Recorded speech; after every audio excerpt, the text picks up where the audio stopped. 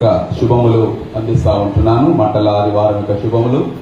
యేసుక్రీస్తు ప్రభువారు జయోత్సవముల చేత రాజుగా రారాజుగా యెరూషలేము పునఃప్రవేశము చేసి యెరూషలేము వీధుల్లో ఆయన దేవుని కుమారుడుగా అభిలషించడం, బాలురు, చిన్నపిల్లలు, పెద్దలు ఖర్జూర పంటలు పట్టుకొని ఆయన ఆహ్వానించడం ఈ దినము ప్రత్యేకత.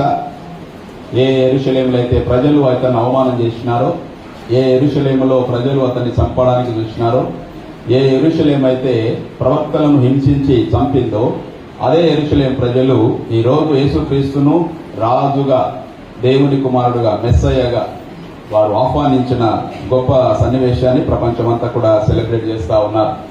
కాబట్టి అందులో భాగంగానే కుర్ల తెలుగు బ్యాప్టిస్ట్ సంఘ పక్షాన మనం కూడా సెలబ్రేట్ చేసినాం. చిన్నపిల్లలు, సండే స్కూల్ వారు ఆ ప్రోగ్రామ్ చక్కగా నడిపించినారు. Thank you so much. వారిని అభినందిస్తా ఉన్నాను. కాబట్టి సంఘమంతా కూడా మరొకసారి శుభములు అందిస్తా ఉన్నాను. మిమ్మల్ని దేవుడు దీవించి ఆశ్రయించిన గాక. అమ్మా, ఎవరు నూతనంగా ఉన్నారు? మీరు ఎవరమ్మా? అమ్మా, హైదరాబాదా? మీ పేరు? రమణమ్మ. ఎక్కడుంటారు? ఇక్కడ ఎవరున్నారు? ఇక్కడ మీ వాళ్ళు ఉన్నారా? Very good, very good. Thank you so much. Hyderabad ఎక్కడమ్మా? అని మేము హైదరాబాద్ అందుకని అనుకున్నాం.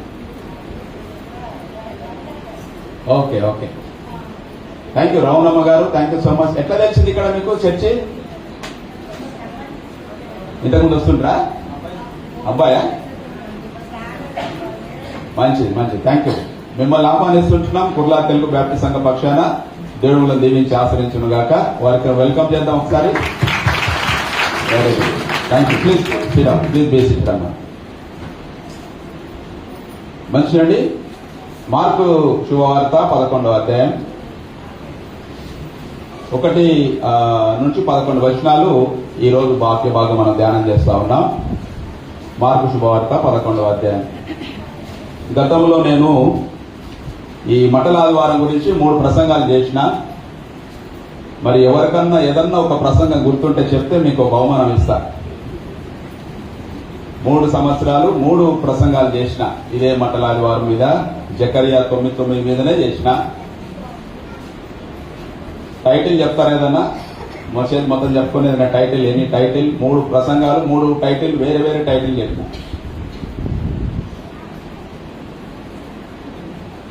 ఓకే, ఫస్ట్ నేను వచ్చిన సంవత్సరంలో జకరియా 9:9 మీద ప్రాపర్టికల్ అండర్స్టాండింగ్ అబౌట్ పామ్ సండే మీద చెప్పిన. ప్రాపర్టికల్ అండర్స్టాండింగ్ అబౌట్ పామ్ సండే అంటే దేవుణ్ణి ప్రవచనాలు ఎట్లా నెరవేరినాయి, ఆయన యెరూషలేముకి వచ్చిన ఉద్దేశాన్ని ప్రవచనాలు లేకుంటే ప్రవక్తలు వాటిని ఎట్లా చెప్పినారు, వాటి నెరవేరిపోయింది అనేది దాని మీద మనం చెప్పినాం. తర్వాత రెండవసారి ఏం ప్రసంగం చేసినంటే historical setting and concept of Lord supper. Historical settings యెరూషలేం మీద ఫోకస్ చేసి చెప్పినాం. యెరూషలేంకే ఎందుకు వచ్చింది యేసుక్రీస్తు, వై ఈ చూస్తేనే యెరూషలేం, దాని మీదనే ఫోకస్ చేసి చెప్పినాం. తర్వాత మూడవది థియాలజికల్ కాన్సెప్ట్. దీని థియాలజికల్ బ్యాక్గ్రౌండ్ ఏంటి అనే అంశం మీద మళ్ళీ జకరియా 9:9 మీదనే 3 ప్రసంగాలు చేయడం జరిగింది. అంటే దాన్ని బట్టి మనకు కంప్లీట్ గా హిస్టారికల్ సెట్టింగ్స్, ప్రాపర్టికల్ అండర్స్టాండింగ్స్, థియాలజికల్ కాన్సెప్ట్ 3 కూడా ఇవి ఏ విధంగా అయితే ఫుల్ఫిల్మెంట్ అయినాయి ఈ ప్రవచనం మీద అనేది మనం బాగా చూసినాం. నేను ఇంకో విషయం చెప్పిన, ఈ వాక్యంలో మనం ఎలాంటి వేరే విషయాలు చెప్పడానికి లేదు, కేవలము ప్రొఫెసీ మాత్రమే మనం చెప్పాలి. అందుకనే బైబిల్లో నుంచే అనేకమైన విషయాలు. ఈరోజు ఒక కామన్ కాన్సెప్ట్, ఇంకా థియాలజీ లేదు, హిస్టారికల్ లేదు, లేకుంటే ప్రాపర్టికల్ లేదు, ఒక కామన్ కాన్సెప్ట్ మీద మనం బోధ చేస్తా ఉన్నాం. ఏంటి కామన్ పాయింట్ అంటే డాంకీ, జస్ట్ గాడిద మీదనే ఈరోజు మన ప్రసంగం ఆధారపడి. It's common. దీంట్లో లోతో ఏమి వెతకన అవసరం లేదు. జస్ట్ కామన్ పాయింట్ ఆఫ్ వ్యూలోనే మనం ఆలోచన చేద్దాం. గాడిద అంటే మామూలుగా గాడిద అంటే మనకేమనిపిస్తుంది? తిట్టు కదా అది, ఒక గలీజ్ మాట. ఏరా గాడిద అంటే నన్ను గాడిద అని మనం కోపపడతాం. ఏరా పులి అంటే కొద్దిగా గర్వపడతాం. ఎరా సింహం అంటే కూడా గర్వం వస్తుంది, కానీ ఎరా గాడిద అంటే గాడిద అంటావా నన్ను అని మనం కోపపడతాం. అంటే గాడిదను మనం ఎట్లా చూస్తాం అంటే కొంచెం చులకన భావంతో చూస్తాం, అంటే అండర్ ఎస్టిమేట్ చేస్తాం గాడిదను. ఎవరైనా ఎక్కువగా పనులు చేస్తా ఉంటే వాడు గాడిద కష్టం చేస్తాడు అంటారు. ఎక్కువ ఊక కష్టం ఉదయం నుంచి రాత్రి వరకు కష్టం చేస్తా ఉంటే వాడు ఎప్పుడు అమ్మా గాడిద కష్టం చేస్తాడు వాడు. అంటే గాడిద ఎక్కువగా కష్టపడే జంతువు అది గాడిద. కాబట్టి గాడిద అంటే మనకి ఇష్టం ఉండదు, పని చేసుకుంటాం. ఆ దినాలలో చాకలి వాళ్లకు ఎక్కువగా ఉపయోగపడే వాహనం గాడిదనే. దాదాపుగా గాడిదలు అక్కడిక్కడ ఉండే. ఇప్పటికి కూడా కర్నూలు 3Ds ఫేమస్ అంటారు, ఇప్పుడు ఉందో లేదో కానీ 3Ds ఫేమస్. అంటే ఒకటి 3D, ఒకటి డాంకీస్ కు ఫేమస్ కర్నూలు, తర్వాత రెండవది డాక్టర్స్ కు ఫేమస్ కర్నూలు, మూడవది డస్ట్ దుమ్ము కూడా ఫేమస్ కర్నూలు. 3Ds అంటారు. చాలా ఏళ్ల కిందట ఆ నానుడు ఉంది, మరి ఇప్పుడు గాడిదలు ఉన్న వాళ్ళో తెలియదు కానీ డాక్టర్లు అయితే కుప్పలు ఉన్నారు కర్నూలులో. మరి ఇప్పుడు డస్ట్ కూడా ఉందో లేదో తెలియదు మనకు, కానీ ఇది కర్నూలు గురించి అప్పుడు అనే మాట. కాబట్టి గాడిద అంటే కొంత అసహించుకుంటాం మనం, అసహ్యమైన జంతువు అని మాట్లాడతాం. కానీ పాలస్తీనా దేశంలో గాడిద is noble animal, royal animal. పాలస్తీనా ప్రాంతంలో ఇజ్రాయెల్ దేశంలో గాడిద రాయల్ ఎనిమల్. రాజులను అభిషేకించినప్పుడు రాజులు గాడిద మీద వచ్చి వాళ్ళు ఆ తైలాభిషేకం చేసుకునడం కొంతమంది రాజుగా మనం చూస్తాం. గాడిద అది నోబల్ ఎనిమల్ గా ఉంది. అయితే ఈ గాడిద అనే కాన్సెప్ట్, గాడిద అంటే డాంకీ, దాని పొజిషన్ అండ్ నేచర్, ఆ రెండే తెలుసుకుందాం మనం ఈరోజు. Donkey position and nature. Position అంటే దాని స్థితి, నేచర్ అంటే దాని స్వభావం.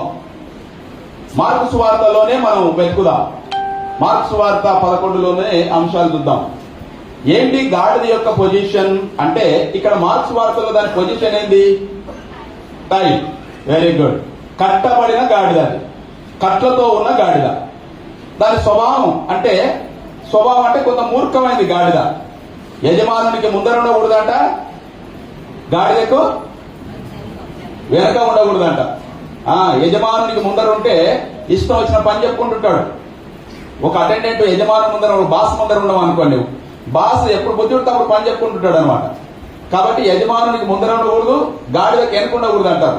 గాడిదకి వెనుకుంటే ఎప్పుడు దంతదో తెలియదు అది. 2 కాళ్ళు లేపి పట్టదాన్ని వేస్తుంది. కాబట్టి అది కొంత మొరటుది, మూర్ఖమైంది, అది మొండి స్వభావం కలిగిన గాడిద. కాబట్టి గాడిద గురించి కూడా బైబిల్లో చాలా విషయాలు రాసినారు. కరెక్ట్గా నేను జస్ట్ రెఫరెన్స్లు ఈ రోజు ఎక్కువ చెప్తాను నేను, మీరు త్వరగా తీయండి. ఎండలు కూడా ఎక్కువైనా కాబట్టి మరి మనం 1:30కి క్లోజ్ చేసేది చేద్దాం. ఎంతమంది కుషాలు ఉంది 1:30 కంటే? జెన్యున్ గా చెప్పండి, 1:30కి ముగించాలంటే ఎంతమందికి ఇష్టం? Very good. అబ్బా, అందరి చేతులు లేచినాయి. ఓకే, 11:30కి రావడం ఎంతమందికి ఇష్టం? అట్లీస్ట్ 11:30కి రావడం. నేను 10 అంటలేను, 11 అంటలేను, 11:30. Very good. 11:30కి రావడం. ఏ చేతులు లేపుతలేరు? లేపుతున్నారు మనోళ్ళు. అమ్మా, మీరెందుకు బాగా లేపుతురి? అంటే ముగించడం అయితే బాగుండాలి, మేము రావడం అయితే లేట్ ఉండాలి. కాదు. గవర్నమెంట్ కూడా కొత్తది వచ్చింది, కొన్ని రూల్స్ కూడా మారుతాయి.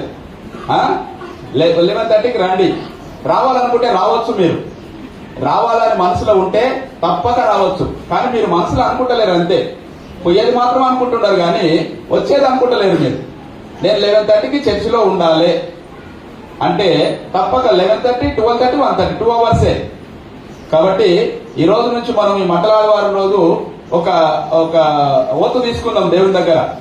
మనుషుల దగ్గర ఏమొద్దు, ప్రభు నేను కనీసం 11:30కి మందిరానికి పెట్టట్లా సహాయం చేయమని. కాబట్టి మనం 1:30కి వైండ్ అప్ చేసుకోవచ్చు. ఎండలు ఉన్నాయి కాబట్టి దేవుడు అలాంటి కృప అనుగ్రహించిన కాక. గాడిద గురించి మనం నేర్చుకుందాం. కొన్ని వాక్యాలు చెప్తాను, మీరు దొరికిన వాళ్ళకి త్వరగా తీయండి. ఒకటి, గాడిద యొక్క స్థితి, దాని స్వభావం చెప్తా ఉన్నాను. గాడిద మామూలుగా అపవిత్రమైన జంతువు. ఓల్డ్ టెస్టిమెంట్ లో ఇది అపవిత్రమైన జంతువు. లేవియా కాండము 11వ అధ్యాయం 6వ వచనం. Leviticus, the book of Leviticus, chapter 11, 6th verse.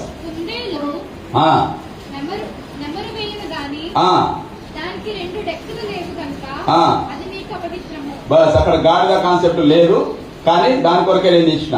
కుందేలు నెమరు వేయదు కానీ దానికి 2 డెక్కలు లేవు గనక అది మీకు అపవిత్రము. అంటే గాడిద అపవిత్రమైన జంతువు. ఇది ఎందుకు అపవిత్రమైందంటే గాడిద డెక్కలు లేనిది. ఒక బలి ఇవ్వాలంటే దేవునికి సమాధాన బలులు, నైవేద్యము, పాప పరిహార్థ బలి, అపరాధ పరిహార్థ బలి, దహన బలి, 5 బలులు ఉన్నాయి ఓల్డ్ టెస్ట్మెంట్ లో. ఈ 5 బలులకు ఒక్కొక్క బలికి ఒక్కొక్క ఐటమ్ ను వాడతారు వాళ్ళు. మరి బలికి ఇవ్వాలంటే ఒక పశువు గాని ఒక పావురం గాని వీటి జంతువుల్లో డెక్కలు కలిగింది ఉండాలా, నెమరు వేసేది ఉండాలా. నెమరు వేయాలని, తర్వాత డెక్కలు 2 డెక్కలు కలిగి ఉండాలి. ఈ 2 విధానములు ఉంటేనే అది బలికి అవసరమైన జంతువు అని మాట్లాడతారు. కాబట్టి గాడిదకు డెక్కలు లేవు, కాబట్టి అది అపవిత్రమైన జంతువు. నెంబర్ 1. రెండవది Job, the book of Job 39:5. The book of Job 39:5. తర్వాత జెర్మియా 2:24 తీసి పెట్టుకోండి.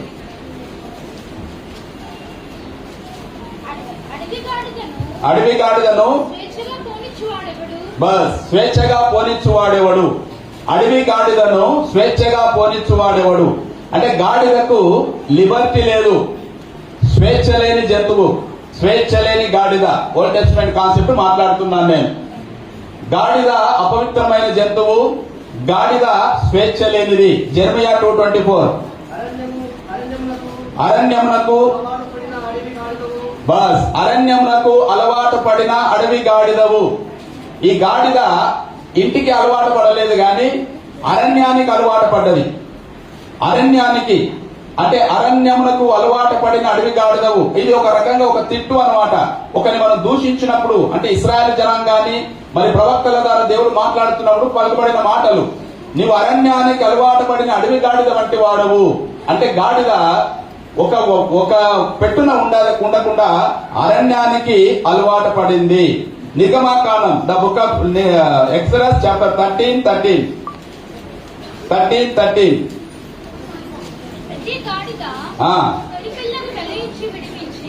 గాడిద తొలి పిల్లను వెలించి విడిపించి దానికి మారుగా గొర్రె పిల్లను ప్రతిష్ఠింపవలెను. రైట్.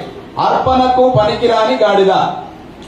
1 అపవిత్రమైన గాడిద, 2వది స్వేచ్ఛ లేని గాడిద, 3వది అరణ్య జీవితానికి అలవాటు పడిన గాడిద, 4వది అర్పణకు అంగీకరింపని గాడిద, పనికిరాని గాడిద.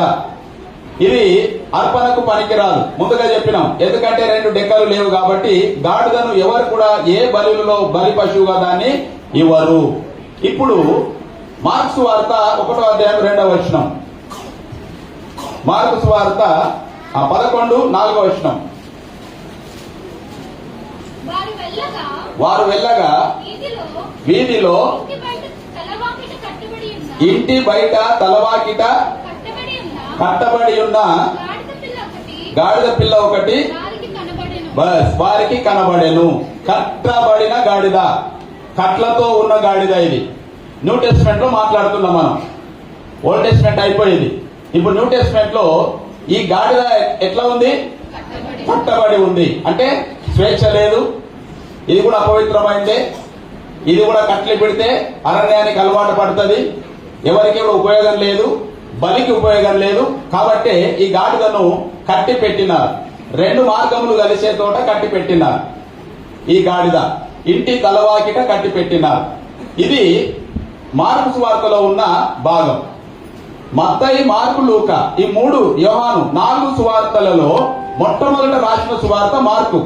ఈ మార్కే మొదట రాసిన సువార్త. కానీ క్రోనాలజికల్ ఆర్డర్ ప్రకారంగా మత్తయిని మొదలుగా పెట్టినారు, మార్కును తర్వాత పెట్టినారు. మార్కు రాసినవి కంప్లీట్ గా కళ్ళతో చూసిన విషయాలు. మార్కు అందరిని ఉద్దేశించి, అంటే లూకా అన్యుల కొరకు సువార్త రాస్తే, మత్తయి యూదుల కొరకు సువార్త రాస్తే, మార్కు యూదులకు మరి రోమన్లకు ఉద్దేశించి సువార్త రాసినాడు. కాబట్టి మత్తయిలో యేసుక్రీస్తు ఉద్దేశం ఒక రకంగా రాస్తాడు. ఆయన యూదులకు రాజుగా రాస్తాడు మత్తయి. మార్కు యేసుక్రీస్తును లోకానికి పరిచారకుడుగా రాస్తాడు ఆయన.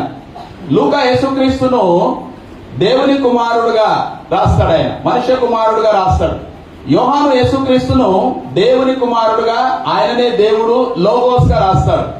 కాబట్టి మార్కు చాలా విషయాలు చాలా స్పష్టంగా ఆయన రాసినట్టుగా మనం చూస్తాం. ఉన్న 16 అధ్యాయాలైనా చాలా స్పష్టమైన ఇన్ఫర్మేషన్ మార్కు రాసినాడు.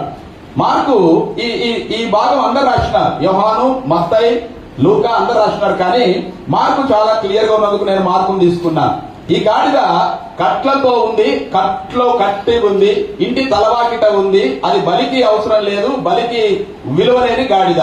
ఈరోజు యేసుక్రీస్తు ప్రభువారు గాడిదనెక్కి ఫోన్లు చూస్తుండ్రా? అమ్మ యవనస్తులు మీరు ఫోన్లు చూడద్దు. మీ పక్కన ఎవరైనా పెద్దలు ఉంటే దయచేసి మీరు చెప్పండి. పిల్లలు చాలా మటుకు ఫోన్లు చూస్తున్నారు. పెద్దల వాళ్ళు చెప్పండి, ఫోన్ చూస్తే ఫోన్ తీసి పెట్టుకోండి. మీరు వాక్యం జరుగుతుంటే మీరు ఫోన్లు చూడదు దయచేసి. ఇది దేవుని ఆలయం, దేవుని సన్నిధి. మీరు ఫోన్లు చూసేది ఉంటే ఇంటికాడ హాయిగా చూడండి. బైబిల్ తెచ్చుకోండి, బైబిల్ చూడండి, వాక్యం వినండి. దయచేసి మీ మొబైల్ పక్కన పెట్టండి. నెత్తులు కిందకున్నామంటే మీరు మొబైల్లో ఏదో చేస్తున్నట్టు అర్థం. ప్లీజ్. కట్టబడిన గాడిద. ఈ గాడిద ఇంటి బయట కట్లతో ఉంది, దానికి స్వేచ్ఛ లేదు. కాబట్టి యేసుక్రీస్తు ఆ గాడిదను దాని యజమాని దగ్గరికి వెళ్లి నా కొరకు తీసుకొని రమ్మని కబురు పంపాడు. ఈ దినము గాడిదనికి ఆయన ప్రవేశించడానికి ప్రవచనాల రూపకంగా జకర్యా 9:9 ఉంది.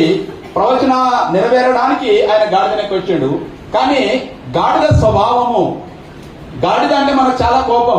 గాడిద అంటే మనకు చాలా కోపం వస్తుంది. కానీ దాని స్వభావము మొదట ఎట్లుంది, ఇప్పుడు ఎట్లుంది అనేది చాలా విచిత్రమైన సన్నివేశాలు ఇక్కడ రాయబడి ఉన్నాయి. న్యూ టెస్టిమెంట్ లో మనం ఒకసారి చూద్దాం. కట్లు విప్పిన తర్వాత, కట్టబడి ఉన్న గాడిద కట్లు విప్పినారు.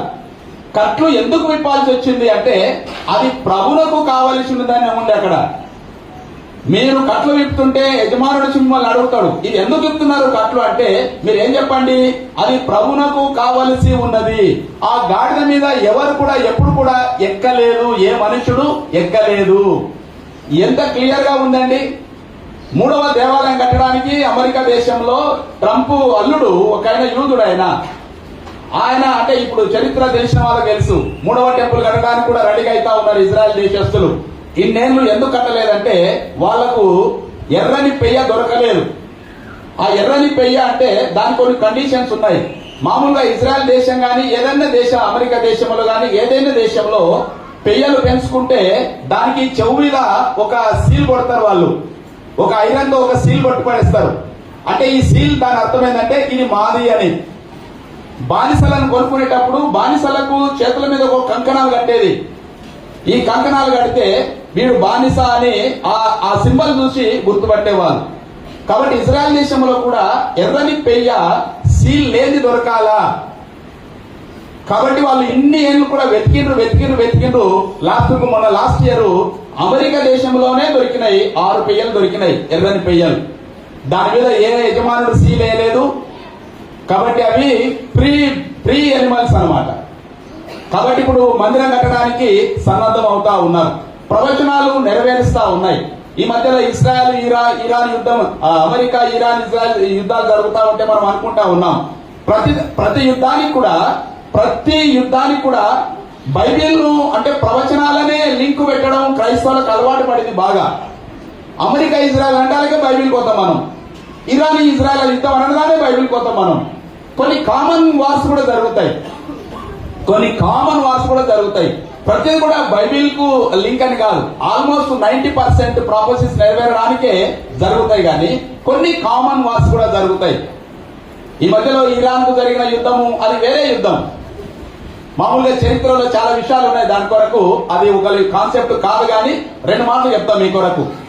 అమెరికా ప్రపంచంలోనే నెంబర్ 1 కావడానికి అది తహతహలాడుతా ఉంది. కారణం ఏంటంటే దానికి ఉన్న పవర్ డాలర్. ఈ రోజు ప్రపంచం అంతా కూడా ఆర్థికంగా ఎకనామికల్ క్రైసిస్ లేకుండా ఎకనామికల్ కొలిచే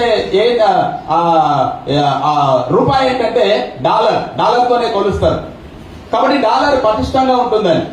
ఈ డాలర్ ఎప్పుడైతే పటిష్టంగా ఉంటుందో అమెరికా ఎక్కువగా విర్రవీగుతుంది అన్నమాట. అందుకనే ఇప్పుడు ఈ ఇరాన్ చైనాతో లింక్ అయ్యి డాలర్ కు ప్రత్యామ్నాయంగా ఇంకో కరెన్సీ తేవాలని ట్రై చేస్తా ఉన్నారు వాళ్ళు. ఈవెన్ మన ఇండియా కూడా మొన్న మీరు 6 నెలల కిందట న్యూస్ తెలిస్తే బ్రిక్స్ అనే ఒక న్యూస్ వచ్చింది. బ్రిక్స్ అని, BRICS అని, బ్రిక్స్ దేశాల కలయిక అని. బ్రిక్స్ అంటే B అంటే బ్రెజిల్, R అంటే రష్యా, I అంటే ఇండియా, C అంటే చైనా, S అంటే సౌత్ కొరియా. ఈ 5 కలిసి బ్రిక్స్ దేశాలు. ఈ బ్రిక్స్ దేశాలు అన్ని కూడా డాలర్ కు ప్రత్యామ్నాయంగా ఒక కరెన్సీని తీసుకురావాలని ఇవి కూడా ప్రయత్నం చేస్తా ఉన్నాయి. కాబట్టి ఎప్పుడైతే డాలర్ కు ప్రత్యామ్నాయంగా కరెన్సీ చలామణిలోకి వస్తుందో, ఇప్పుడు ఈ బ్రెజిల్ గాని రష్యా ఎందుకు ఇన్వాల్వ్ అయిందంటే రష్యాకి అమెరికా శత్రుత్వమే ఉంది. చైనా ఎందుకు ఇన్వాల్వ్ అయిందంటే చైనా కూడా అమెరికా శత్రుత్వమే ఉంది. సౌత్ కొరియా ఇవన్నీ కూడా శత్రుత్వం ఉంది కాబట్టి అమెరికాను అనుసడానికి ఒక కరెన్సీని తీసుకురావాలి వాళ్ళు. కాబట్టి ఇప్పుడు చైనాకు ఇరాన్ అణ్వాయుధాలు ఇచ్చడంలో గానీ అవి ఫ్రెండ్షిప్ ఉన్నాయి. చైనాకు అమెరికాను కూడా డౌన్ చేయడం ఉద్దేశం, ఇరాన్ కూడా అదే ఉద్దేశం. కాబట్టి ఇప్పుడు వారు సియాసు సున్నీస్ అనే 2 తెగలు ఉన్నాయి ముస్లింస్ లో. ఈ ఇరాన్ లో ఉన్న వాళ్ళందరూ కూడా ఎక్కువ భాగం సియాస్ ఉంటారు. వాళ్ళు సియాసు సున్నీస్ అని. ఇరాన్ లో అధ్యక్షుడు ఖమైనీ చచ్చిపోతే హైదరాబాద్ లో కూడా చాలా మంది ఏడ్చిండ్రు. ఎందుకు ఏడ్చిండ్రు హైదరాబాద్ లో అంటే హైదరాబాద్ లో కూడా ఆల్మోస్ట్ ఎక్కువ భాగం షియాస్ ముస్లింస్ ఉన్నారు. ముంబైలో కూడా షియాస్ ముస్లింస్ ఎక్కువగా ఉన్నారు. తర్వాత ఇక్కడ సున్నీస్ కూడా ఉన్నారు. కాబట్టి ఇది చరిత్ర ప్రకారంగా అది వేరే ఉద్దేశం, వార్ అది వేరే వార్. దానికి ప్రతిదీ కూడా మనం బైబిల్ లింక్ పెట్టి మాట్లాడడం కూడా సమంజసం కాదు. అయితే ఇక్కడ యేసుక్రీస్తు ఈ గాడిదను ఎక్కి రావడం ప్రవచనాలు నెరవేర్పు కొరకు ఆయన వచ్చిండు. కానీ ఈరోజు మనకెందుకు ఏ విధంగా అన్వయించుకుంటాం దాన్ని, ఈ భాగాన్ని మనం ఏ విధంగా అన్వయించుకుంటాం అనేది ఇంపార్టెంట్ ఇక్కడ. అందుకని కామన్ సబ్జెక్ట్ ఈ రోజు నేను చెప్పేది, పెద్ద లోతులు అవసరం లేదు. గాడిద స్థితి ఏంది, దాని నేచర్ ఏంది. గాడిద స్థితి కట్టబడి ఉంది, స్వేచ్ఛ లేకుండా ఉంది. దాని నేచరు అది మొండిది, మూర్ఖమైంది. కాబట్టి అలాంటి గాడిద ప్రభువుకు కావలసి ఉంది. మీరు కట్లు విప్పుతుంటే ఎందుకు ఇదంటే అది క్రీస్తునకు కావలసిందని చెప్పండి, ప్రభువుకు కావలసిందని చెప్పండి. అప్పుడు ఏ యజమానుడు మిమ్మల్ని ఏమి అనరు, దాన్ని పంపిస్తారు. యాక్చువల్ గా కట్లు కట్టడానికి కారణం ఏంటంటే బిబ్లికల్ ప్రకారంగా ఒక గాడిద అపవిత్రమైందని తెలుసుకున్నాం, అర్పణకు అంగీకరించబడింది జంతువు అని తెలుసుకున్నాం. ఎందుకంటే డెక్కలు లేవు కాబట్టి. గాడిదను ఎందుకు మరి కట్లు కట్టిండ్రు అక్కడ అంటే గాడిదకు బదులుగా ఒక గొర్రె పిల్లని ఇవ్వాల. ఒక యజమానుడు గాడిదను ఇవ్వలేని స్థానంలో ఉంటే ప్రథమ సంతానము దేవునికి ఇవ్వాల. కొద్దిగా వేలు పెట్టిడ, ప్రథమ సంతానము దేవునికి ఇవ్వాల. ప్రథమ సంతానము గొర్రె లేకపోతే ఈ గాడిదనే ఉంది అనుకో, గాడిదను అర్పణకు అంగీకరించబడదని. కాబట్టి ఇప్పుడు ఈ గాడిదను ఏం చేయాలా, కట్టి పెట్టాలా. కట్టి పెట్టి ఈ గాడిదకు సబ్స్టిట్యూషన్ గా ఒక గొర్రె పిల్లను బలి ఇవ్వాలి.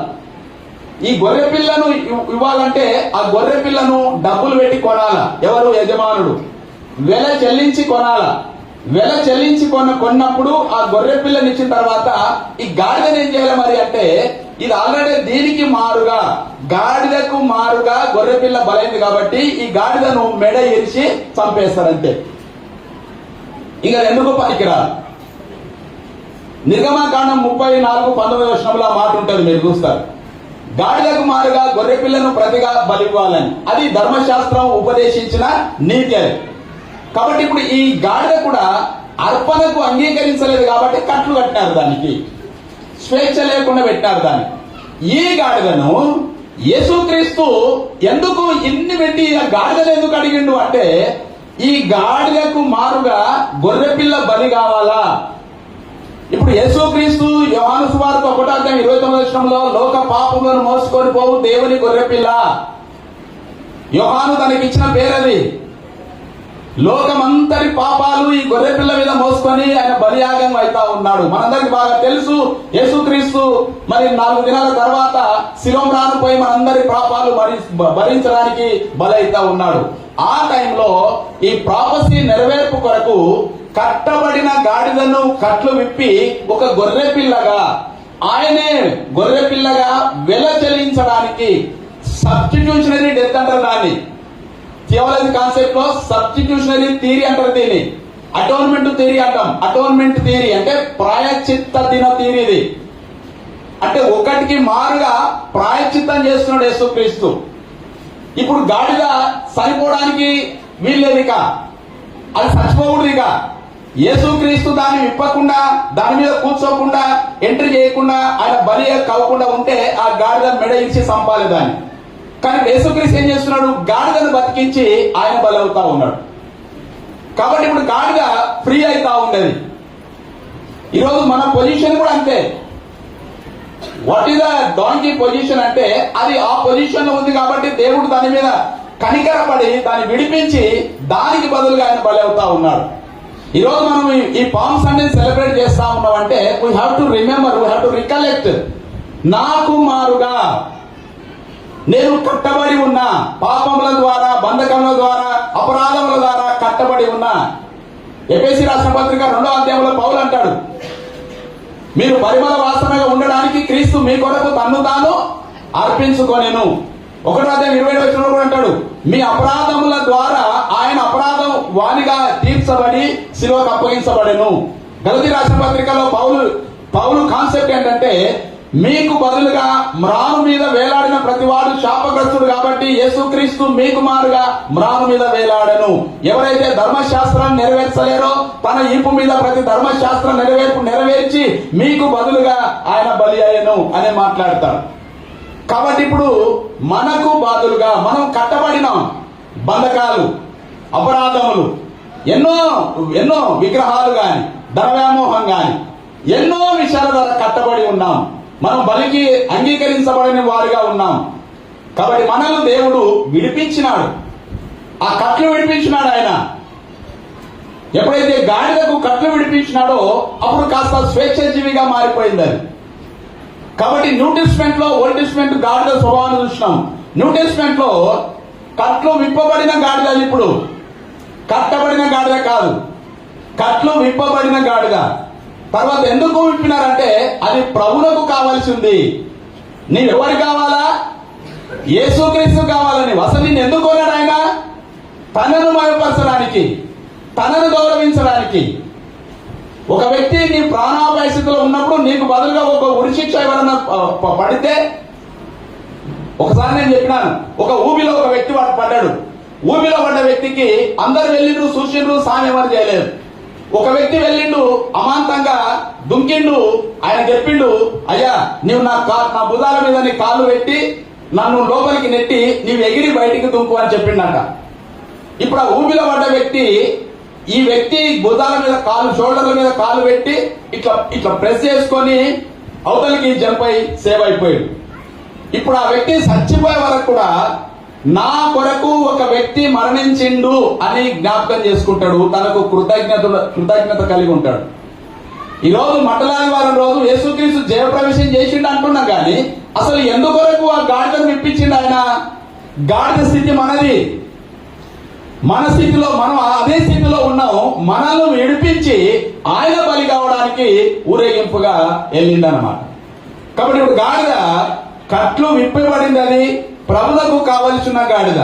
తర్వాత అది ఎక్కడికి వచ్చిందట?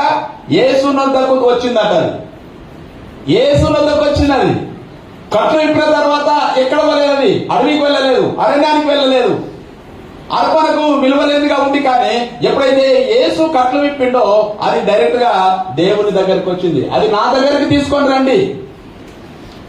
పేతురు రాసిన పత్రిక 1వ అధ్యాయం 2వ వచనం 9-10లో మాట్లాడతారు. First Peter 1-2 chapter 2 9-10. ఒకప్పుడు మీరు ప్రజగా ఉంటిరి, ఇప్పుడు దేవుని ప్రజ అయితిరి. ఒకప్పుడు అంధకారంలో ఉంటిరి, మీరు ఆశ్చర్యకరమైన వెలుగులోనికి వస్తే ఆయన గుణాతిశయంలో ప్రచురం చేయ నిమిత్తము ఏర్పాటు చేయబడిన రాజులను, రాజక వంశమును, యాజకులనే ఉన్నారు మీరు. ఒకప్పుడు అంధకారంలో ఉన్నాం మనం, ఒకప్పుడు పాపం స్థితిలోనే ఉన్నాం, ఒకప్పుడు కట్లతోనే ఉన్నాం. కానీ ఎప్పుడైతే మన కట్లు దేవుడు విప్పిండు, దేవునికి అవసరము నేను, దేవునికి అవసరం నీవు, కాబట్టి నీ కట్లు విప్పబడ్డాయి, నీ బంధకాలు తెంచబడ్డాయి. ఇప్పుడు నువ్వు ఎవరు కావాలా? ప్రభువునకు కావాలా? నువ్వు ఎవరి దగ్గరికి రావాలా? ప్రభు దగ్గరికి రావాలా? అపోస్తలుల కార్యం 3వ అధ్యాయంలో పుట్టిన మొదలుకొని కుంటివాడు ఒకడు ఉంటాడు శృంగారమైన దేవాలయం దగ్గర. అనేక మంది వారికి భిక్షం వేస్తుండ్రు, అన్ని చేస్తుండ్రు, కానీ వారి స్థితిని ఎవరు చూస్తలేరు. పేతురు యోహానులు వాడిని తేరి చూస్తారు. తేరి చూసి, అయ్యో వెండి బంగారం మా ఇద్దరు లేవు కానీ మాకు కలిగినది నీకు ఇస్తున్నాము, నజరేయుడైన యేసు నామమున నువ్వు లేచి నడిచి నడు అంటే వాడు దిగ్గున లేచి నడుస్తాడు. నడిచి ఎక్కడ పోతాడు? వాడు ఎక్కడ పోతాడు? ఇంటికి పోయిందా? వాళ్ళ అమ్మ కూపనికి పోయిందా? నేను ఇన్ని సంవత్సరాలు నడవలేదురా వాళ్ళ దోస్తుల కూపనికి పోయిందా? లేదు. వారితో కూడా దేవాలయంలోనికి వెళ్ళను. వాడు గంతులు వేస్తూ దేవుని స్తుతిస్తూ దేవాలయంలోనికి వెళ్ళను.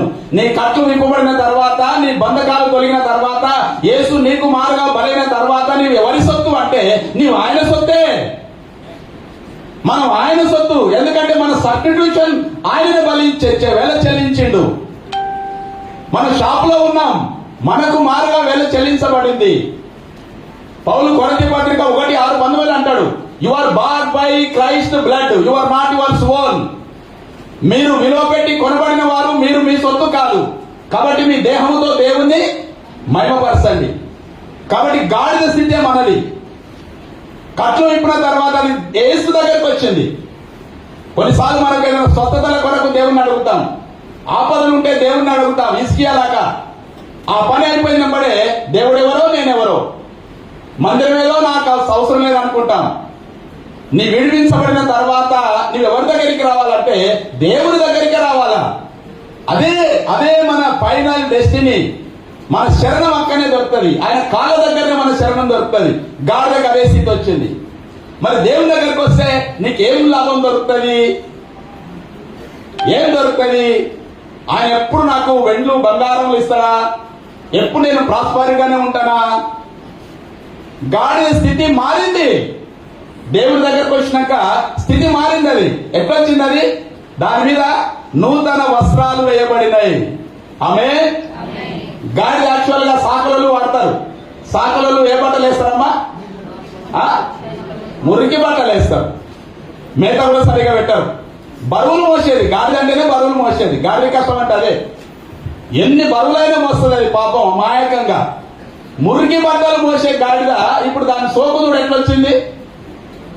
యేసు దగ్గరికి వచ్చిన తర్వాత దాని రూపురేఖలు మారిపోయినాయి.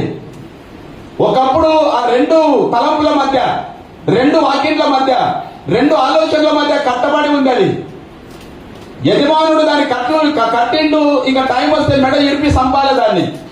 కానీ యేసు దాని మీద కనికరపడి ఆ గాడిదను తీసుకొని రండి అని ఆయన కూర్చున్న తర్వాత దాని పొజిషన్ మారిపోయింది. దాని స్థితి మారిపోయింది. మురికి బట్టలు మోసే గాడిద ఏమైందంటే నూతన వస్త్రాలు దాని మీద పరిచినారు.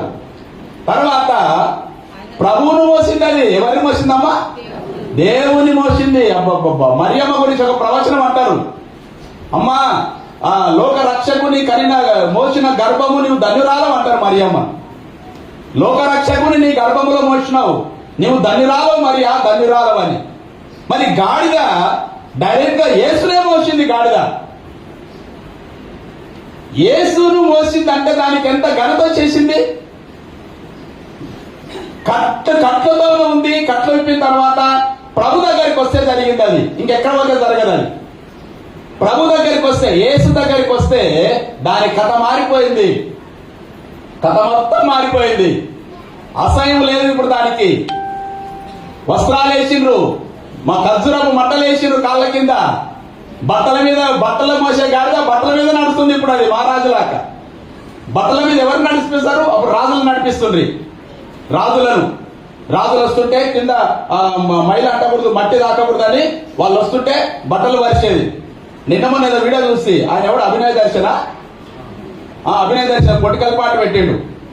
అభినయ దర్శనాలు తెగకపోతే వాళ్ళు కూడా బట్టలు పెడుతుండ్రు. ఆయనకి ఇట్లా నడుచుకుంటూ వస్తున్నాడు. అంటే అది ఒక హానర్, ఒక వ్యక్తిని హానర్ చేయడం అన్నమాట, బట్టల మీద నడిపించడం. ఇప్పుడు హానర్ అయిపోయింది. గాడిద పరిస్థితి హానర్ అయిపోయింది. నీవు దేవుని దగ్గరకు వస్తే నీ కథ నా కథ అట్లా అవుతుంది. ఒకప్పుడు మనం విలువ లేకుండా ఉన్నోళ్ళమేమో, కానీ మనకు హానర్ గౌరవం చేస్తుంది. ఎందుకు వస్తుంది గౌరవం అంటే యేసును బట్టి గౌరవం వస్తుంది. పులి గాడిద మాట్లాడుకున్నాయంట. ఏం మాట్లాడుకున్నాయంటే గాడిద యేసుక్రీస్తు అంతా మోసిన తర్వాత, అంత అయిపోయిన తర్వాత మలమాత రోజు దాన్ని ఎవ్వడు చూస్తలేరట. ఎవరు చూస్తలేకుంటే పులితో అడిగిందంట, ఏమైనా నిన్న నాకు అంతగానో ఆర్పాటం చేసిరి, బట్టలు వరిసిరి, ఓసన్నా చేయమని నన్ను ఓ మహారాణి లెక్క చూసిరి, ఈ రోజు నాకు ఎవరు ఏం చూస్తలేరు అంటే పులి అన్నదంట, తిక్కదానా, అది నీ ఒకదాన వస్తే నీకు అవి రావు. నీ మీద ఉన్నోడు లోకరక్షకుడు ఆయన, నీ మీద ఉన్నాయనని బట్టి నీకు ఘనత వచ్చింది అంటే అప్పుడు గాడిద అట్లనో అనుకున్నదట. నిజమే కదా, కొన్నిసార్లు మన ఘనత ఎక్కడి నుంచి వస్తుందంటే మనల్ని కన్నోని బట్టి మనకు ఘనత వస్తుంది, యేసుక్రీస్తుని బట్టే మనకు ఘనత వస్తుంది. ఈరోజు గాడిదకు ఆయనను బట్టే ఘనత వచ్చింది, బట్టలు మోసింది, బట్టల మీద నడుస్తా ఉంది కాబట్టి ఇప్పుడు ఘనత వచ్చింది. అది తర్వాత గాడిద తన ప్రాణాన్ని రక్షించుకున్నది. ఇప్పుడు చెప్పినారు కదా, అది మెడ ఇరిచి చంపబడాలి, కానీ దానికి సావులేదు ఇక, ఎందుకంటే దానికి మారుగా యేసుక్రీస్తు చనిపోతా ఉన్నాడు, గాడిదకు మారుగా ఆయన బలవుతున్నాడు కాబట్టి ఇప్పుడు గాడిదకు స్వేచ్ఛ వచ్చింది.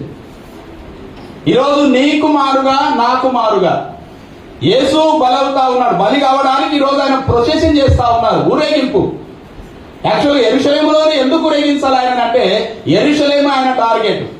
ప్రవక్తలు ఏ ప్రవచనం ప్రవచించినా యెరూషలేము ఇస్ ద సెంటర్, రాజులు ఏ పరిపాలన చేసినా యెరూషలేము is the centre. New testament లో సంఘం స్థాపించబడింది యెరూషలేములోనే, కానీ యెరూషలేముకున్న బ్యాడ్ లక్ ఏంటంటే సంఘం స్థాపించబడింది కానీ సంఘాన్ని హింసించింది కూడా యెరూషలేమే ఎక్కువగా. యెరూషలేము ప్రవక్తలను చంపింది కానీ రాజులను అవమానం చేసింది, ప్రవక్తలను చంపించింది. యెషయా భక్తుడిని ఒక మేక ఒక పొడేలు మనం మార్కెట్ లోకి వెళ్తే ఒక పొడేలను ఎట్లా పట్టేస్తారు, వాళ్ళు కాళ్ళు పైపెట్టి కట్టేస్తారు పొటేలను. మనం ఏం చేస్తాం, ఆ లెగ్ పీసి ఆ మూలిగ పీసి అని మనం అడుగుతాం. అంటే పొటేల్ను వాళ్ళు 2 పీసులు చేయాలంటే మధ్యలకు కట్ చేస్తారు.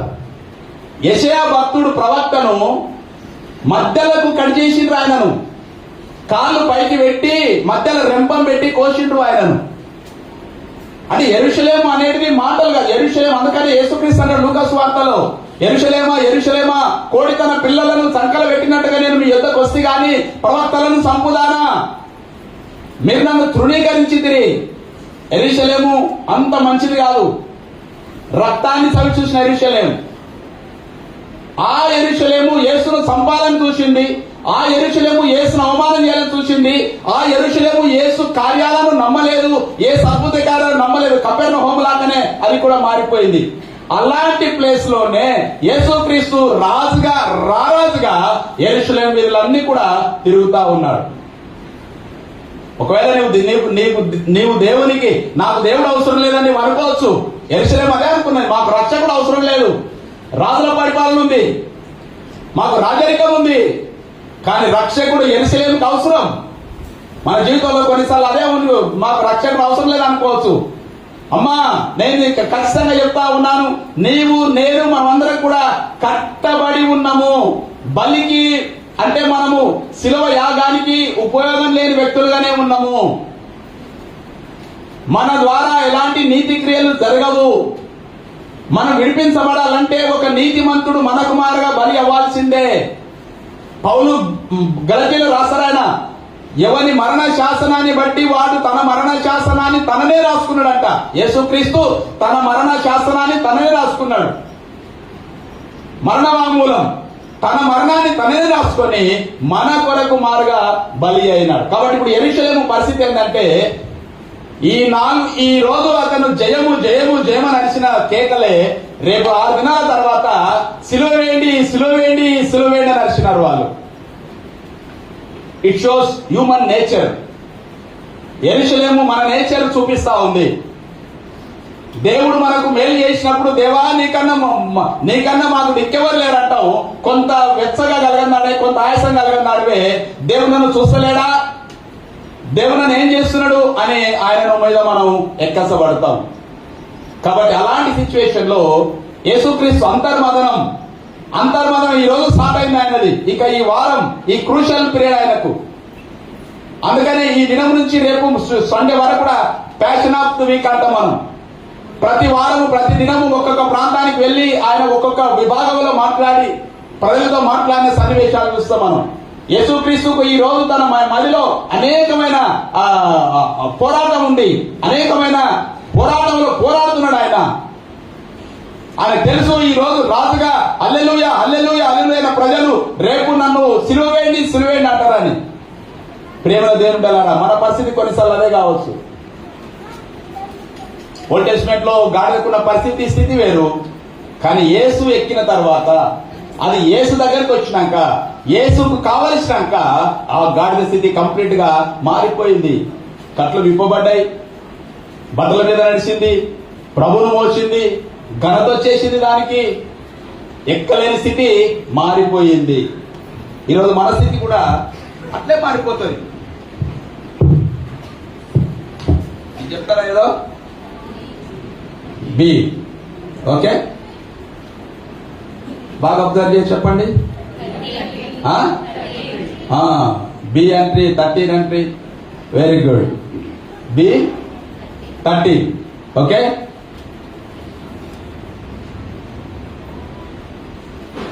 ఇదేది ఏబిసి,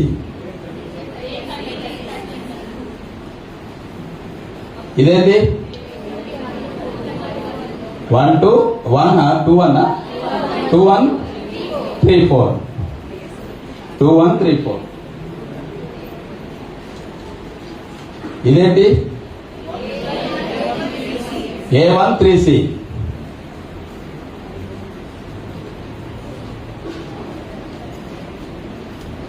ఫస్ట్ ఏం చూపినా 13 బి, రెండు చెప్పింది.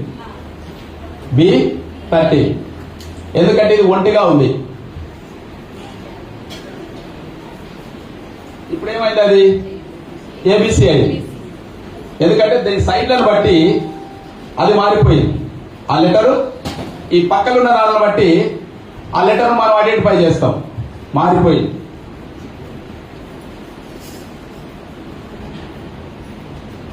వన్ 2 3 4 కదా, 2 1 3 4. ఇది పక్కన ఉన్న దాన్ని బట్టి మారిపోయింది. మధ్యలో సేమ్ ఉంది. ఇది అంతే A1 3C, మధ్యలో సేమ్ ఉంది. అంటే మధ్యలో సేమ్ ఉంది, నాలుగిట్లో సేమ్ ఉంది. దేని బట్టి మనం ఆ మధ్యలో చేంజ్ అవుతుంది, ఆ సైడ్ల లెటర్ బట్టి చేంజ్ అవుతుంది. నీవు నేను చేంజ్ కావాల్సింది మన ముందు వేస్తుంటే మన లెటర్ చేంజ్ అయిపోతుంది. ఆమేన్. మన ముందర వేసి ఉండాలి అంతే. మన ముందర వెనక వేస్తుంటే మధ్యలో మన లెటర్ ఆటోమేటిక్ గా చేంజ్ అయిపోతుంది. లేకుంటే కన్ఫ్యూజన్, అది బియా అది 13, అది బియా అది 13. లోకానికి మనం కన్ఫ్యూజన్ ఉంటాం. ఇంతవరకు కూడా క్రైస్తవులు కన్ఫ్యూజనిస్టులు చాలా మటుకు. ఎందుకంటే యేసు లేకుంటే కన్ఫ్యూజనే. గాడిద రెండు తలంపుల మధ్య, రెండు వాకిట్ల మధ్యలో కట్టబడింది. అది సస్తా నన్ను మెడేసి చంపుతారా, కన్ఫ్యూజను. కట్లు విప్పుతారా, కన్ఫ్యూజను. ఇన్ని కన్ఫ్యూజన్ ఉన్నాయి. ఎప్పుడైతే యేసు ఎంటర్ అయిండో, ఎప్పుడైతే యేసు దాన్ని విప్పి దాని మీద కూర్చున్నాడో, కన్ఫ్యూజన్ అంతా మాయమైపోయింది దానికి. ఇప్పుడు దాని మరణం పోయింది, కట్లు పోయినాయి. ఎక్కడైతే అవమానం ఉన్నదో అక్కడ రాజులాగా ఘనత పొందింది. ఈరోజు మనకు కూడా అంతే. మన పరిస్థితులు పాపభరితమైన పరిస్థితులు, అవమానభరితమైన పరిస్థితులు. యేసు లేనప్పుడు యెషయా భక్తుడు అంటాడు, మేము తెలియజేసిన సమాచారం ఎవడు నమ్మెను? యేసు యెహోవా బాహుబలవు ఇదని ఎవడు గ్రహించను అంటాడు ఆయన.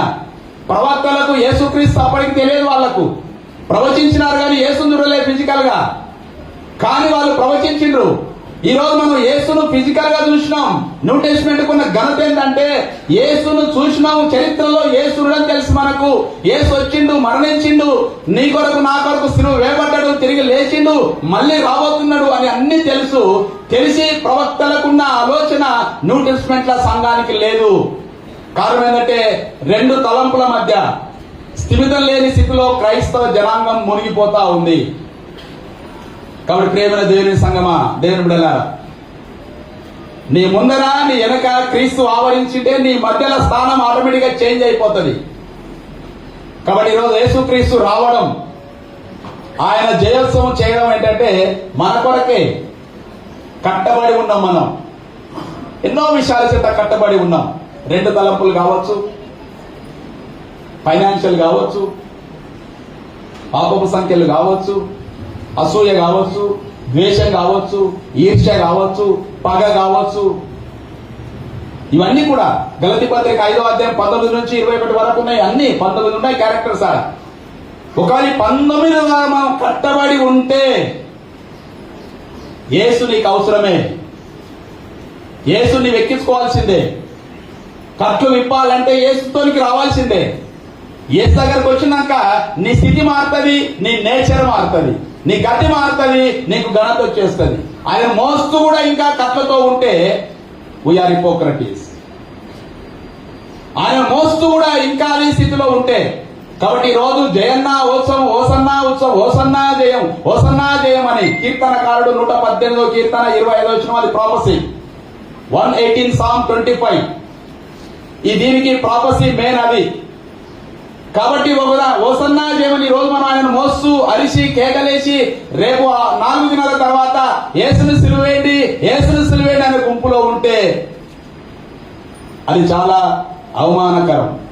కాబట్టి ప్రేమ దేవుడెలారా, గాడిద అపవిత్రమైంది, గాడిద కట్లతో ఉంది, గాడిద అరణ్యానికి అలవాటు పడ్డది, గాడిద అర్పణకు అంగీకరించని గాడిద. అలాంటి గాడిద యేసు దగ్గరకు వచ్చిన తర్వాత కట్లు విప్పబడింది, బట్టల మీద నడవగలిగింది, స్తుతుల మీద ప్రయాణం చేస్తా ఉంది, ఘనతను సంతరించుకున్నది, తన మరణాన్ని తప్పించుకున్నది. ఎవరైనా గాడిద అంటే నిజం మనం చెప్పాలి, ఎస్ నేను గాడిదనే, కానీ నేను ఓల్డ్ టెస్ట్మెంట్ గాడిదని కాను, న్యూ టెస్ట్మెంట్ గాడిద. ఆమేన్. ఓల్డ్ టెస్ట్మెంట్ గాడిద కట్లతో ఉన్న గాడిద, ఓల్డ్ టెస్ట్మెంట్ గాడిద అరణ్యానికి అలవాటు పడ్డ గాడిద, ఓల్డ్ టెస్ట్మెంట్ గాడిద అర్పణకు అంగీకరించడానికి గాడిద. కానీ నేను న్యూ టెస్ట్మెంట్ గాడిదను, నేను విడిపించబడిన గాడిద. ఆమేన్. నేను విడిపించబడిన గాడిద, నన్ను విడిపించుడు యేసుక్రీస్తు. నా కట్లు అయిపోయినాయి, బంధకాలు తెగిపోయినాయి, నాకు ఇంకా ఏ బంధకము నా జీవితంలో లేదు. పౌలుకు ఒకసారి బంధకాలు ఉండే, కానీ ఆయన బంధకాలు విడిపించిన తర్వాత అంత విస్ఫోటనంగా సువార్త చేసిన మనగాడు ప్రపంచంలో ఎవరు లేరు. ఆయన అంటాడు, నేను బంధకాల ద్వారా కట్టుబడ్డా. ఏ బంధకాలు అవి? ధర్మశాస్త్రం అనే బంధకాలు. Tied with the law. ఈ రోజు కూడా మనం ఇంకా ధర్మశాస్త్రం అనే బంధకాలు, ఆచారాలు, ఆచార సంబంధమైన కార్యక్రమాలు, సాంప్రదాయాలు ఉంటే వీఆర్ టైడ్ విత్ ద లా. ధర్మశాస్త్రం అనే బంధకాలు, ఆచారం అనే బంధకాల ద్వారా కట్టబడి ఉండొచ్చు. న్యూ టెస్ట్మెంట్ కున్న ప్రామాణికం ఏంటంటే పౌలు అంటాడు, నేను ఇప్పుడు కృపలో వర్ధిల్లినా అంటాడు. గ్రేస్. న్యూ టెస్ట్మెంట్ లో ఉన్న బంధకం తెగిపోయి, లా తెగిపోయి గ్రేస్ ఇంప్లిమెంట్ అయింది. ఈ రోజు మనకందరికి కూడా గ్రేస్ ఇంప్లిమెంట్ అయిపోయింది. కాబట్టి మనం బంధకంలో లేము. ఈ స్వాతంత్రం అనుగ్రహించి క్రీస్తు మనల్ని స్వతంత్రులుగా చేసి ఉన్నాడు. గలతీ 5:1. కాబట్టి మరలా దాస్యమైన కాడి కింద చిక్కుకొనకుడి. దాస్యం అంటే లా, ధర్మశాస్త్రం. ఈ ధర్మశాస్త్రం మీద చిక్కుకొనకూడదని యేసుక్రీస్తు నీ కొరకు వచ్చిండు, నా కొరకు వచ్చిండు, చిలువ వేయబడ్డాడు, కొట్టివేసిండు, ధర్మశాస్త్రాన్ని తన వీపు మీద భరించి ఈ రోజు నీకు కృప ఇచ్చిండు. మళ్ళా నువ్వు ధర్మశాస్త్రం కాడి కింద చిక్కుకొనకుడి. ఆ స్థితి మనం కలగాలి. అలాంటి కృప దేవుడు ఈ మంటలాది వారం రోజు పర్సనల్ గా ఫీల్ అవుదాం. నా కొరకే వచ్చిండు ఆయన. ఇదేదో గుంపుల గోవింద కాదు, నా కొరకే. నేను కట్లతో ఉన్న ప్రభువా, నేను బలికి పలికిరాని వాడను. నేను నా కొరకే వచ్చినావు, నన్ను మోసుకున్నావు, నిన్ను నేను మోయాల ప్రభువా, నన్ను విడిపించినావు, నా బంధకాలు తెంచేసినావు, నా మెడ విరిచి సంపాలి గాని నాకు మధురుగా నీవు బలి అయిపోయినావు. ఏ పాటి వాడనయా నన్నెంతగా హెచ్చించుటకు, నేనెంతటి వాడనయా నాపై కృప చూపుటకు. ఏ పాటి దాననయా నన్నెంతగా హెచ్చించుటకు, నేనెంతటి దాననయా నాపై కృప చూపుటకు. నా దోషము భరించి, నా పాపము భరించి, నన్ను నీలా మార్చుటకు కలువరిలో మరణించి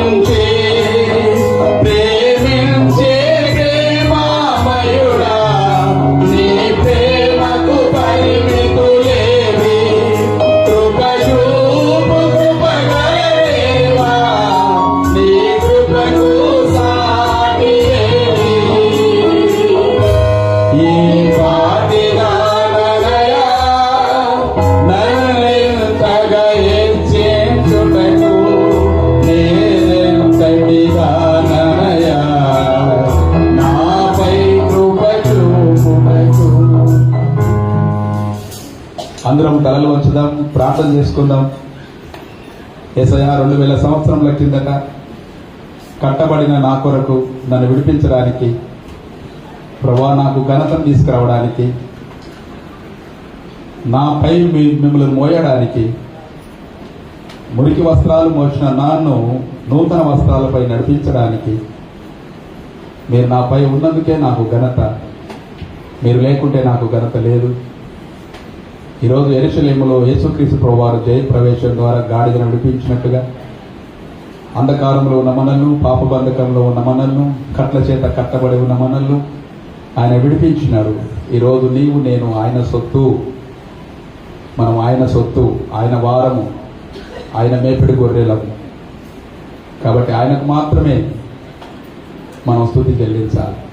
అంధకారంలో బానిసలుగా లేము, మనం ధర్మశాస్త్ర బానిసలుగా లేము, కృపకు పాత్రులమైనాం, విడిపించబడ్డాం.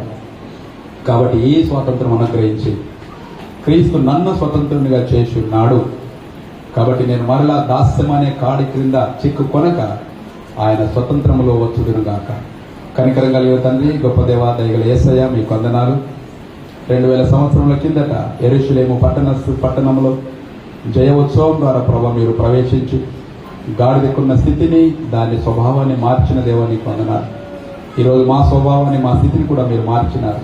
నిజమైనా ఒకప్పుడు పూర్వకాలంలో మా పితరులు నైనా మిమ్మల్ని మేము అంగీకరించినప్పుడు తండ్రి, ఆ స్థితి ఎంతో దుర్భరమైన స్థితి ప్రభువా, అన్టచబిలిటీ నైనా, మరి 4 వర్ణ వ్యవస్థలో ప్రభా చాలా భయంకరమైన పరిస్థితిలో ఉన్న ప్రజలను నాయన మిమ్మలను చేరడం ద్వారా, మీ నామాన్ని ధరించడం ద్వారా ఈరోజు ప్రపంచానికి ఒక దయగా, ఒక వెలుగుగా మేము వెలుగుతా ఉన్నాం. నిజమేనైనా ఆనాడు ప్రవక్తలు ప్రవచించిన ప్రవచనాలు ఎవరు నిర్లక్ష్య పెట్టలేదు, నిర్లక్ష్య చేసినారు. ఈరోజు మా దగ్గరకు వచ్చినావు, మమ్మల్ని విడిపించినావు, మా కట్లను విడిపించినావు, మాకు ఘనతనిచ్చినావు. మాపై మీరు కూర్చున్నారు కాబట్టి మాకు ఘనత. మా ప్రాణం బలి ఇవ్వాల్సింది మాకు బలి లేకుండా మీరు చేసినారు కాబట్టి నీకు మహిమ చెల్లిస్తున్నాం. మా నిమిత్తమై మాకు మారుగా మీరు బలి అయినందుకై నీకు వందనాలు చెల్లిస్తూ రానున్న దినాలలో ప్రభు మీ బిడ్డలుగా జీవించడానికి కృప దయచేయమని యేసు నామమున అడుగుతున్నాం తండ్రి. ఆమేన్, ఆమేన్. Thank you. కానుకల పాట పాడుతుండగా కానుకలు చక్కరిత